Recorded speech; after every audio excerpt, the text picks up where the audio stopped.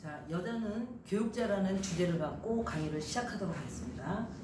자, 그러면 여자가 교육자라는 걸 알려면 교육이 도대체 뭔지를 알아야 되는데요. 실제적으로 교육이란 말은 아는데 교육이 뭔지를 설명하라면 설명할 수 있는 사람이 별로 없어요. 무조건 뭐 가르치는 이 정도로 생각하는데요. 그게 아니고 이제 교육은 바로 그게 이제 교육하는 사람을 농사꾼이라고 비교하시면 돼요. 교육자를. 교육자가 바로 농사꾼이에요. 자, 그러면 이 교육은 어떤 거냐면 일단은 배워야 되겠죠. 네? 네. 일단은 배우고 배움. 그 다음에 두 번째 이 배운 거를 실천을 하면서 체득을 해야 돼요. 자기 몸으로. 아, 이게 맞는 거구나. 진리구나. 이런 걸 체득을 해야 돼요. 근데 여기까지만 하는 게 아니고 세 번째 요 체득한 거를 남들한테 도움을 주고 가르침을 줘야 이렇게 해야 이게 교육자가 되는 거예요. 그러면 이 배움을 행할 때 어떻게 되냐면 그러면 이 여자가 교육자가 돼야 되니까, 예?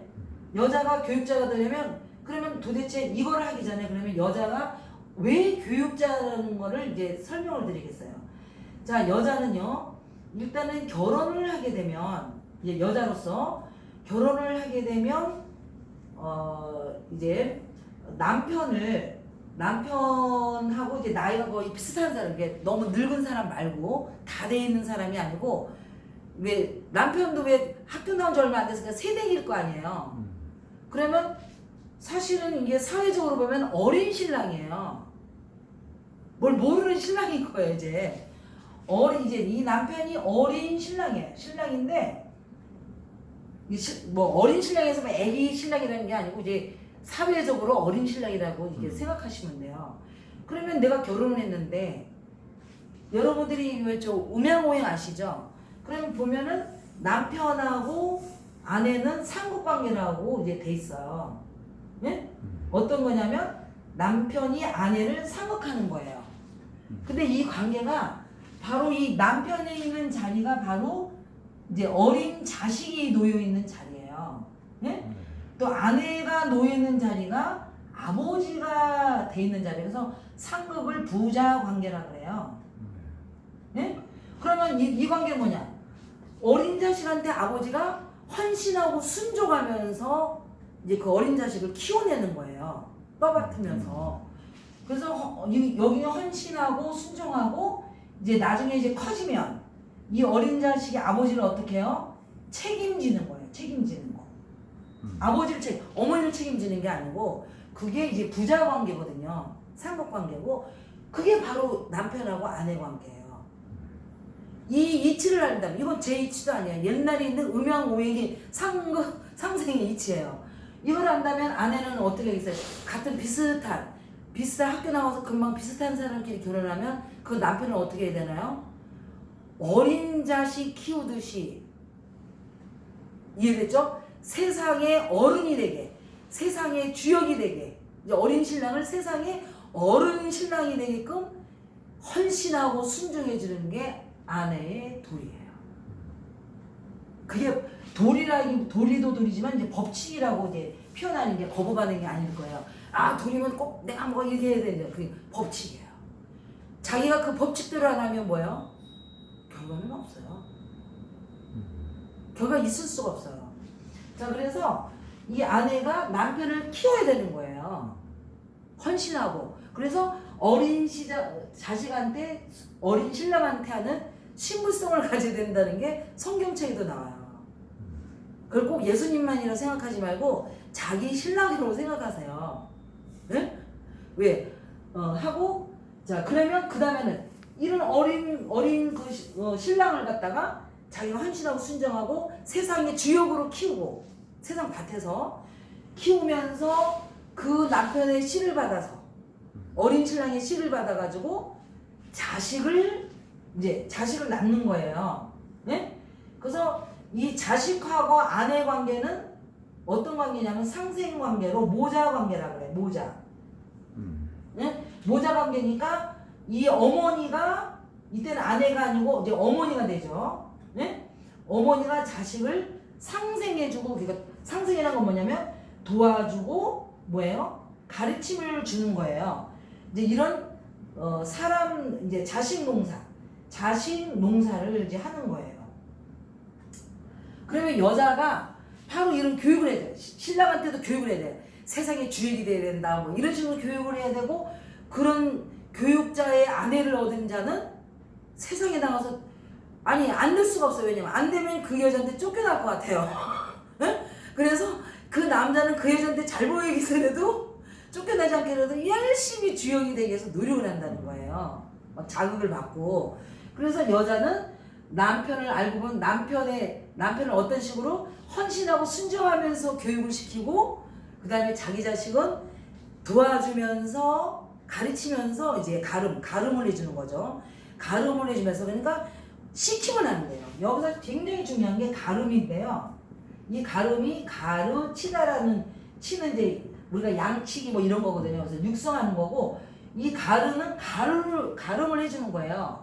그래서 절대 자식 농사를 할 때는요, 이거다 하면서 이걸 쫓게 하면 안 되는 거예요. 항상 선택권은 뭐예요? 두 가지 예를 들어서 본인이 선택하게 해줘야 돼요. 예를 들면 공부하는 것도 공부해! 이러면 안 된다는 거예요. 그건 어머니가 아닌 거예요. 자, 네가 지금 공부를 하는 건 때가 있는데, 지금 네가 공부를 하면 나중에 이런 사람이 될 것이고, 지금 공부를 안 하면 요런 사람이 될 것이다. 네가 선택해. 나는 네가 선택한 대로 내가 도와줄 뿐이야. 그게 어머니라는 거죠. 근데 요즘 어머니 그게 아니고 요렇게 하면서 막 그쪽으로 몰고 가죠. 하다 보니 그런 과까지도 그래. 뭐 너는 꼭 의사가 돼야 되고 이런 식으로. 그거는 올바른 어머니가 아니에요. 알고 보면 불쌍한 자식들이 너무 많아요. 자기 인생을 살지 못하고 이제 어머니가 이게 그 꿰어준 대로 이제 가는 거예요. 그러니까 얼마나 스트레스도 많고 뭐 여러 가지가 있을 수가 있잖아요. 그래서 자기 삶을 잘 못 사는 거예요. 알고 보면. 그래서 그런 거는 진정으로 상생하는 게 아니다. 농사할 때 아니 보리 씨를 심어놓고 넌 쌀이 돼야 돼 하면서 막 쌀이 가는 길을 가게 하면 안 되잖아요. 그잖아요. 이 보리쌀이면 보리쌀답게 자라게끔 내가 도와주고 가름을 해줄 뿐이에요. 이제 그런 거를 잘 생각을 하셔서 이제 여자가 교육자가 돼야만 이 세상이 바뀐다는 거. 왜? 남편을 세상의 주역으로 만들었으니까 남편이 세상을 바꿀 것이고, 그렇잖아요. 또 내 자식을 올바르게 가정교육해가지고 성인을 만들었으니까 또 걔네들이 또 세상 나가가지고 또 올바른 서로가 배우자를 만나고 세상 일을 하면서 또 세상을 가정과 그를 개척하는 거예요. 그러면서 세상이 바뀌는데 어떻게 바뀌냐? 마치 겨울에 쓰레기 더미 있잖아요. 겨울에 보면 생명이 없는 거죠. 다 죽었잖아요. 그런 죽어있는 쓰레기 더미에서 새싹들이 한 개 한 개 나오다 보면 나중에 파란 생명 있는 색상으로 세상이 바뀌거든요. 바로 그런 식으로 바뀌는 거예요. 누굴 죽여서 바뀌는 게 아니고. 그러면 좋은 여자들이 많이 나와야 되겠어요? 안 나와야겠어요? 근데 나와야 되는데 요즘에 여자들 하는 행동 보면 아유 어떡하면 좋아. 진짜 세상이 좋은 쪽으로 바뀌는 게 아니라 너무 이상한 사탄의 무리 쪽으로 바뀌는 것 같아서 안타까움을 이루 말할 수가 없어요. 그래서 이 동영상을 보는 여자들은 제발 정신을 좀 차려서 바로 내 여자 그 힘에 의해서 이 세상이 개혁되고 좋은 세상이 이루어지고, 만약에 기독교 믿는 사람은 하늘에서 이루어진 것처럼 그 하늘나라가 하늘에서 이루어진 것처럼 이 땅이 하늘나라로 만든 것도 여자 손에 달렸다는 거 있잖아요. 꼭 잊지 마셔야 돼요. 네? 아셨죠? 네. 자, 그래서 하는데, 그러면 교육자에서 배우는. 그래서 그럼 좋은 여자가 어떤 여자가 그러면 좋은 여자가 되냐 이거야. 뭔가를 배울 때 감사할 줄 알고 막 그 배움에 대해서 은혜를 갚으려는 마음을 가지는 여자가 제대로 된 이제 교육자 자질을 갖고 있는 여자라는 거예요. 그리고 또 배웠으면은 말로만 하면서 행동은 하나도 하는 게 아니고 배운 대로 그대로 실천하는데, 어떻게 실천하느냐? 불교식을 하면 색성량 미초법을 총동원해서 용맹정진하듯이 돛닦듯이 이제 실천을 해야 돼요. 그냥 대강 하는 게 아니고 매사에 진리대로 가려고 그러고 배운 대로 가려는 그런 자세를 갖고 실천하면서 체득을 해야 돼요. 응? 그래야 이게 자기. 그러려면 이런 게 뭐냐면 바로 이것이 선험의 인생이 아니면 이룰 수가 없어요. 짧은 시간에. 이거 모르는 상태 배운 것도 없고 막 임상에서 하다 보면 시간이 너무 넘어가는 거예요. 그래서 진리를 배우고 그 진리가 진리대로 용맹정진하듯이 자기가 실천했을 때 어떤 결과가 나올 것까지 미리 생각하면서 가는 인생을 사는 거예요. 그거를 선험의 인생이라고 해요. 그래서 선험 체득을 해야 돼요. 임상 체득해서는 안 돼요. 선험 체득을 하고 그러면 선생을 잘 만나야 되겠죠. 어디서 프라이빵 선생 만나면 큰일 나잖아요. 그래서 하면서 선험의 인생을 갖고 그런 다음에 이게 완전히 이게 진리고 그 다음에 이게 내가 체득보니까 어디야 진리라는 게 확실하다. 이럴 경우에 그때 이거를 도움이 필요한 사람한테 알려주고 가르쳐주고 하는 게 가르쳐줄 때 그냥 가르치면 안 되죠. 이런 식으로 자기가 설정하면서 가르치면 안 돼요. 우리가 왜 이정표도 보면 길이 하나만 있는데 이정표 있지 않아요. 항상 두 갈래가 있는데 이정표가 있거든요. 좀 그렇지 않나요? 네. 그게 바로 어머니 교육법이에요.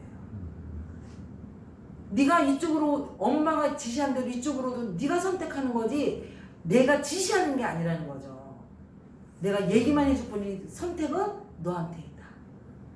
항상 그래야 창조적인 애가 돼요. 이제 그런 교육 방법에 의해서 이 세상은 아주 바른 세계.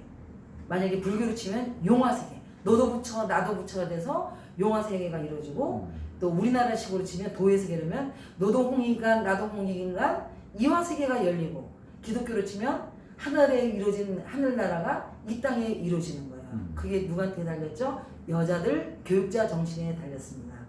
이상입니다.